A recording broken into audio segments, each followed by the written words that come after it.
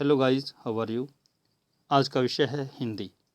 आज हम पढ़ेंगे स्वयं प्रकाश द्वारा रचित पाठ नेताजी का चश्मा।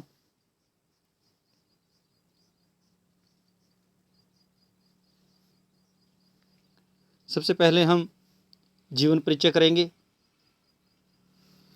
स्वयं प्रकाश हिंदी के प्रसिद्ध कहानीकार व गद्यकार हैं। उनका जन्म सन 1947 ईस्वी में मध्य प्रदेश के इंदौर नगर में हुआ। उनका बचपन राजस्थान में व्यतीत हुआ। इन्होंने अपना आरंभिक अध्ययन पूरा करके मैकेनिकल इंजीनियरिंग की शिक्षा पूरी की और एक औद्योगिक प्रतिष्ठान में नौकरी करने लगे। उनके जीवन का अधिकांश समय राजस्थान में व्यतीत हुआ। कालांतर में वे अपनी इच्छा से सेवानिवृत्त होकर वे भोपाल चले गए। आजकल वे यहीं पर अपना जीवन यापन कर रहे हैं और वसुधा नामक पत्रिका का संपादन कर रहे हैं। रचनाएं।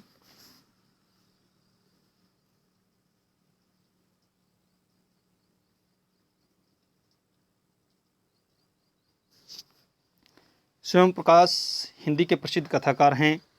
उनके 13 कहानी संग्रह तथा 5 उपन्यास प्रकाशित हो चुके हैं। उनकी उल्लेखनीय रचनाएं निम्नलिखित हैं। कहानी संग्रह,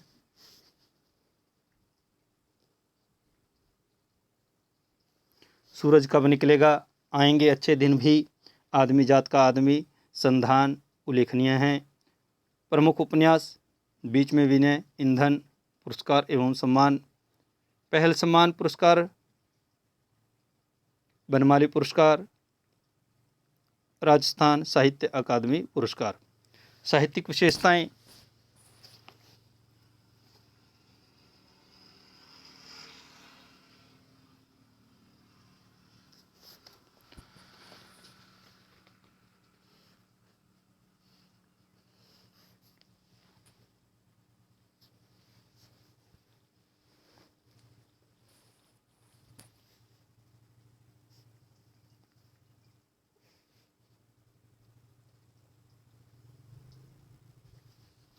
स्वयं प्रकाश सामाजिक जीवन के कुशल चितेरे माने जाते हैं। इन्होंने अपनी कहानियों तथा उपन्यासों में वर्ग शोषण की समस्या को उठाया है। वे शोषकों तथा पूंजीपतियों के अत्याचारों का वर्णन करते हैं। अपनी कहानियों में स्वयं प्रकाश ने देशभक्ति की भावना का वर्णन किया है। उन्होंने जातीय भेदभाव का विरोध करते हुए अनेक कहानियाँ लिखी हैं। देशभक्ति की नारेबाजी के स्थान पर वे सामान्य मानव के आचरण से देश प्रेम को देखना चाहते हैं। उन्होंने अपनी रचनाओं में सामाजिक, पारिवारिक, आर्थिक तथा राजनीतिक समस्याओं को भी उठाया है। भाषा शैली। स्वयं प्रकाश जी ने अपनी भाषा में सरल, सहज तथा साहित्यिक खड़ी बोली का प्रयोग किया है। उन्होंने संस्कृत के तत्सम, तद्भव, देशज, उर्दू, फारसी तथा अंग्रेजी शब्दों का अत्यधिक प्रयोग किया है। उनका वाक्य विन्यास बड़ा ही स्वाभाविक व प्रभावशाली बन पड़ा है। वे अक्सर छोटे छोटे वाक्यों का प्रयोग करते हैं और यत्र तत्र हास्य और व्यंग्य की छटा भी उत्पन्न करते चलते हैं। भाषा की सरलता में विश्वास रखने वाले स्वयं प्रकाश जी अधिकांशतः अभिधा शब्द शक्ति का ही प्रयोग करते हैं। इन्होंने अपनी भाषा में वर्णात्मक, चित्रात्मक, भावात्मक तथा प्रतीकात्मक संवाद शैलियों का बड़ी चतुराई से प्रयोग किया है। अब हम पढ़ेंगे नेताजी का चश्मा पाठ। इस पाठ में स्वयं प्रकाश जी ने सुभाष चंद्र बोस के विषय में बताया है। सबसे पहले इस पाठ के अंदर क्या है हम उसका वर्णन करेंगे। देशभक्ति। हम सभी के अंदर देशभक्ति का जज्बा होना चाहिए। हमारे देश को आज़ाद कराने में अनेकों वीरों ने, अनेकों वीरांगनाओं ने अपने जीवन की आहुति दी है और अनेकों बलिदानों के बाद जो हमें आज़ादी प्राप्त हुई है, उनमें अनेकों वीरों का योगदान है। इसमें सुभाष चंद्र बोस, भगत सिंह, लाला लाजपत राय, झांसी की रानी, अनेकों शहीदों का बलिदान है। इस पाठ का मुख्य उद्देश्य देशभक्ति की भावना है। इस पाठ के अनेकों पात्र हैं, जैसे हवलदार साहब, कैप्टन, पानवाला। नेताजी का चश्मा स्वयं प्रकाश जी की एक प्रसिद्ध कहानी है।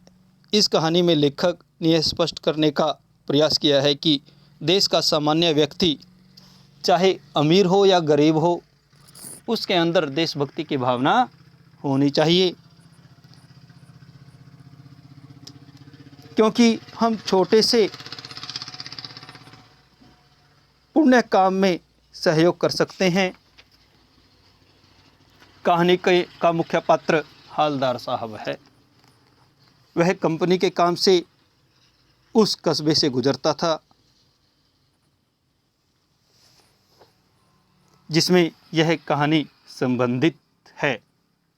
कस्बा छोटा सा था, लेकिन उसमें कुछ पक्के मकान, 2 स्कूल, सीमेंट का छोटा सा कारखाना, 2 खुले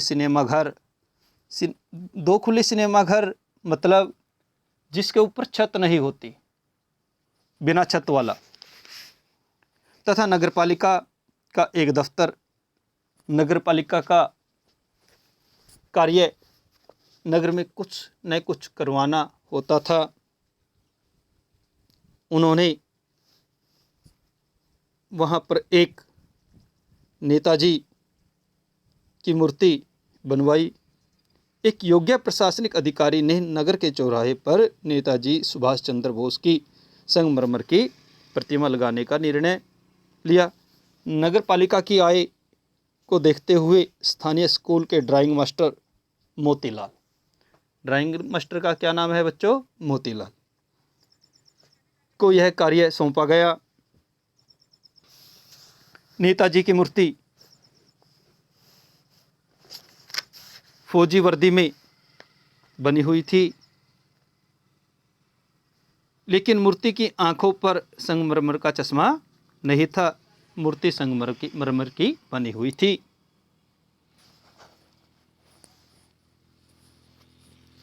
हवलदार साहब जब पहली बार वहाँ से गुजरे तो इस आइडिया को देखकर रोमांचित हो गए।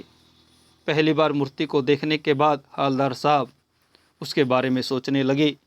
उन्हें लगा कि आज भी देश के लोगों में देशभक्ति की भावना है, इसी कारण वे देश के वीरों का सम्मान करते हैं।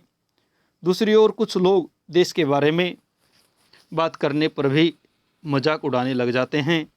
जब हवलदार साहब दूसरी बार कस्बे से गुजरे तो उन्हें नेताजी का चश्मा बदला हुआ लगा। इसे देखकर हवलदार साहब के मन में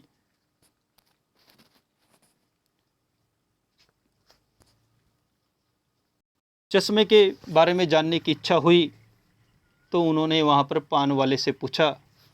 पान वाला एक खुश मिजाज व्यक्ति था, वह हमेशा हंसता रहता था। जब वह हंसता तो उसकी तोंद हिलती रहती थी। तो हवलदार साहब ने कैप्टन के बारे में पूछा, क्या कैप्टन नेताजी का मित्र है या आज़ाद हिंद फौज का कोई सदस्य है? तो इतने में पान वाला हंसने लगा, कहने लगा, वो लंगड़ा क्या जाएगा फौज में। इस प्रकार की बात सुनकर हवलदार साहब के मन में कैप्टन के विषय में जानने की इच्छा हुई। कैप्टन एक लंगड़ा व्यक्ति था, हाथ में लोहे की सूटकेस और आंखों पर काला चश्मा। वह नेताजी की मूर्ति पर चश्मा लगा देता, कोई उससे खरीदने के लिए आता तो वह उसको उतार कर दे देता और उसके स्थान पर नया चश्मा लगा देता। हवलदार साहब हर 15वें दिन वहाँ से गुजरते अचानक वहाँ गाड़ी का ब्रेक लग जाते, पान वाले से पान खाते और वहाँ से चले जाते। कुछ दिन बाद जैसे ही वहाँ से वो जाते हैं तो नेताजी की मूर्ति पर चश्मा नहीं होता। हवलदार साहब सोचते हैं कि कैप्टन मर गया, तो वहाँ से वो चले जाते हैं। इस प्रकार इस पाठ के 3 ही मुख्य पात्र हैं, कैप्टन, चश्मे वाला, हवलदार साहब और पान वाला। धन्यवाद।